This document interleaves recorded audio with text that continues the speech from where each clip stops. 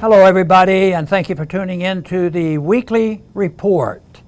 Afghanistan, a tragically stupid war comes to a tragic end.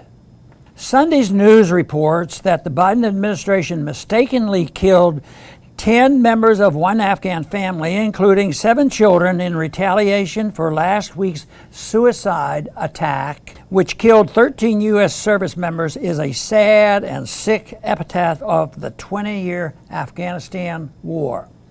Promising to get tough on ISIS, which suddenly reemerged to take responsibility for the suicide attack, the most expensive military and intelligence apparatus on earth appears to have gotten it wrong again. Interventionists love to pretend they care about girls and women in Afghanistan, but it is in reality a desperate attempt to continue the 20-year U.S. occupation. If we leave, they say, girls and women will be discriminated against by the Taliban. It's hard to imagine a discrimination worse than being incarcerated by a drone strike.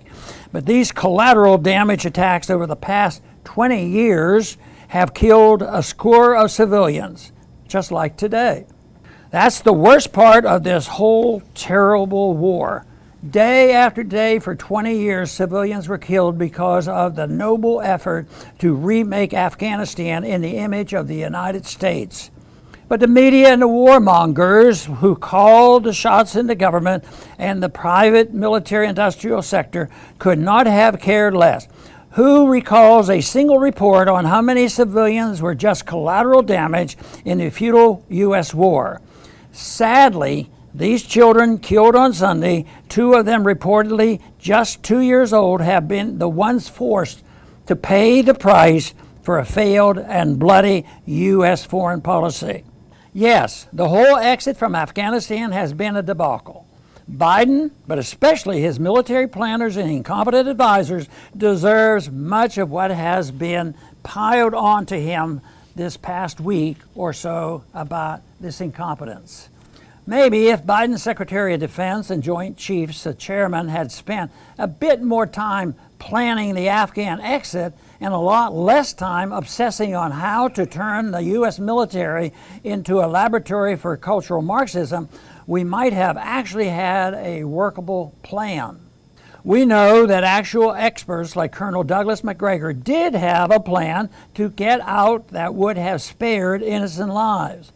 But because this decorated U.S. Army veteran was tainted by his service in the previous administration, service that was solely focused on how to get out of Afghanistan safely, he would not be consulted by the Pentagon's woke top military brass. Trump also should share some of the blame currently being showered on Biden. He wanted to get out years ago, but never had the courage to stand up to the also incompetent generals and experts he foolishly hired to advise him. Similarly, many conservatives, especially neoconservatives, are desperate to attack Biden, not for how he got us out of Afghanistan, but for the fact that he is getting us out of Afghanistan. That tells you all you need to know about how profitable war is to the warmongers. I've always said, we just marched in, we can just march out. And I stand by that view. Yes, you can just march out of these idiotic interventions, but you do need a map. Thanks for listening.